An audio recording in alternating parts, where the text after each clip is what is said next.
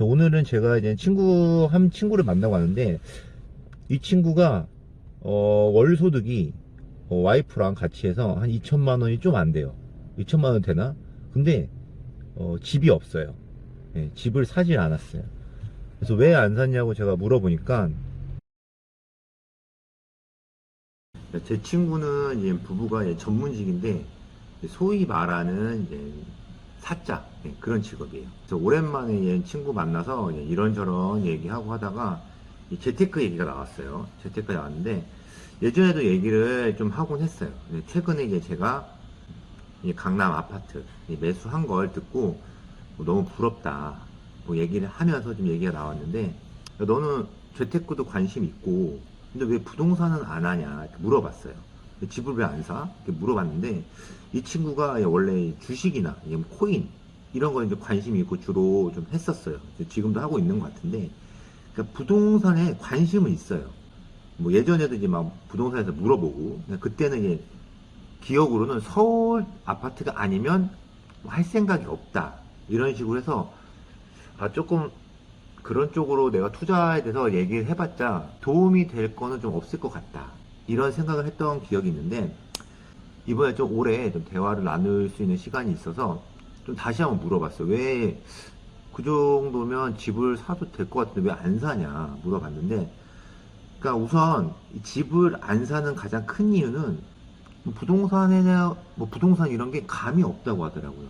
그래서 이런 감이 뭔가, 이런 뭐가 없다는 건가 이렇게 물어보면은, 뭐 주식이나 뭐 그런 거는 이제 많이 해봤으니까 뭐 쉽게 이제 접근이 가능한데, 부동산은 뭔가 좀 진입하기가 좀 어려울 것 같다 하더라고요. 이거는 그냥 본인이 적극적으로 알아보고 그런 게 없어서 그런 거 같기도 하고, 막연한 두려움 아니면 얘기하다 보니까 약간의 귀찮음까지 좀 있는 것 같아요. 부동산이 이제 좀 돈을 넣으면 오래 기다려야 되잖아요. 뭐 1, 2년, 2년은 좀 기다려야 되니까. 그래서 이제 굳이 그렇게까지 하고 싶지 않은 것 같아요. 그러니까 이 친구가 뭐 노후 걱정이 보통 사람들보다는 많이 할 필요도 없고, 그렇게까지 안 해도 될 것 같다라는 그 마음이 좀 있는 것 같아요.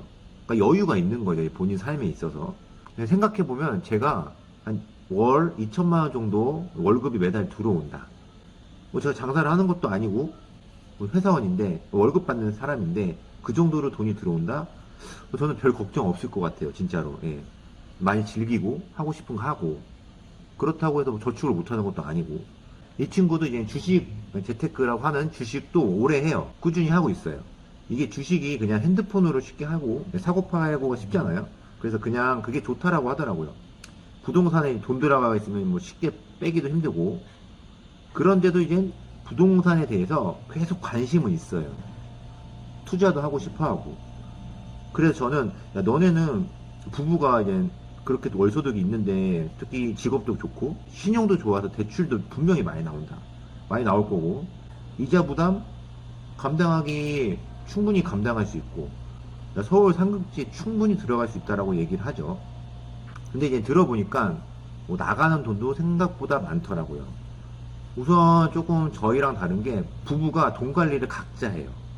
자기 월급으로, 그러니까 어느 정도 생활비를 서로 내고 각자 알아서 쓰는 건데, 뭐 얘기를 들어보면 나가는 돈 요소를 보면 다 평범한 가정에서 나가는 건데, 뭐 외식을 대부분 외식을 하고 주변 사람들과 모임이 생각보다 진짜 많아요. 특히 골프는 뭐 매주 거의 치고, 그리고 가끔 여행을 갈 때도 조금 돈이 많이 나가고, 그리고 애들도 있는데 교육비. 그러니까 들어보면은 진짜 보통 나가는 요소인데 많이 나가요. 돈을 또 합치지 않으니까 둘이서 오히려 이제 관리가 잘 안 되고 뭐 그런 게 있다고 하더라고요. 본인도 약간 합치면 더 뭐 시너지라고 해야 되나, 그런 게 날 것 같은데 그게 안 되고 있는 걸 알긴 알더라고요. 근데 뭐 특별한 일 없으면 뭐 지금처럼 뭐 계속 지낼 거라고 얘기를 하더라고요. 그러면 너네 돈은 어느 정도 이제 모으고 있냐 물어보면 뭐 적금하고 있고, 예, 뭐 그렇게 모으고는 있다고 하더라고요. 재테크도 계속 주식으로 하고 있고. 근데 이제 서울 좋은 동네 아파트를 살 돈은 못 된다. 야, 그거는 그 돈을 모아서 사지 말고 대출을 받아서 대부분 산다. 예를 들어서 서울에 뭐 아파트가 이제 몇십억, 뭐 20억 넘고 하는데, 너네가 이제 10억 정도 대출을 받으면, 금리가 만약에 4%라고 한다면, 한 달에 뭐 300, 400, 조금 금리가 오르면 500까지 갈 수 있겠지만, 너네 그거 충분히 감당할 수 있다. 너네 그거 충분히 감당할 수 있다. 감당이 되죠. 근데 그렇게 얘기를 하면은, 이만큼의 돈이 그냥 생으로 나가는 게 싫다고 하더라고요. 그러니까 그 돈을 이제 뭐 자기 다른 데 쓸 수도 있고 주식한다고 생각할 수 있죠. 그래서 이런 대출에 관해서 얘기하다 보면은 좀 그렇게 그런 쪽으로 생각이 없는 것 같아요. 그래서 대출이 아니라 이 청약으로 당첨이 돼서 가고 싶은 마음이 큰 거예요. 예, 계속 청약 신청은 계속 하고 있었거든요. 예, 저도 알고 있었고. 근데 이제 뭐 조건도 그렇고 그런 게 당첨되기가 솔직히 어렵잖아요. 그러니까 이 대출 안 받고 프리미엄 같은 거 안 주고 약간 아깝다는 느낌도 있고. 그러니까 무주택자 분들이 대부분 이 청약만 바라보고 기다리는 사람들이 상당히 많아요. 예, 제 주변도 얘기를 하다 보면, 그러니까 청약이 이제 주변 시세보다 싸게 나오는 경우도 좀 있으니까, 약간 청약이 뭐라고 할까, 전공법이라고 해야 되나? 그렇게 느끼는 사람들이 좀 많이 있는 것 같아요. 뭔가 대출을 받아서 사고, 뭐 전세를 끼고 산다. 그럼 약간 안 좋게 사는 거고, 조금 리스크가 많게 산다는 생각이 좀 상당히 많이 있는 것 같아요.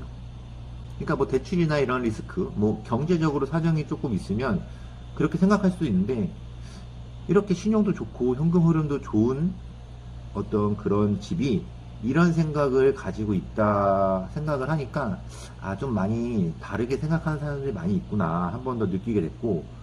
그러면 야, 너네 그러면 나중에 은퇴를 하고 일을 안 하면 수익이 그 정도 없는데 그런 걱정은 없냐 라고 물어봤어요. 근데 뭐 주식으로 해서 뭐 배당 받고 이렇게 저렇게 얘기를 하더라고요. 근데 갑자기 말하다가 제가 너무 약간 현타가 왔어요. 이렇게 똑똑하고 나보다 지금 능력도 좋고 돈도 많이 벌고 있는 이 친구한테 뭐 내가 이런 걱정이 있냐 없냐 물어보는 게 조금 현타가 왔어요. 좀 많이 부러웠죠. 정말 부러웠어요. 월 소득이 그 정도 되면 어떤 느낌일까. 근데 그 친구는 제가 더 부럽다고 가끔 얘기를 해요.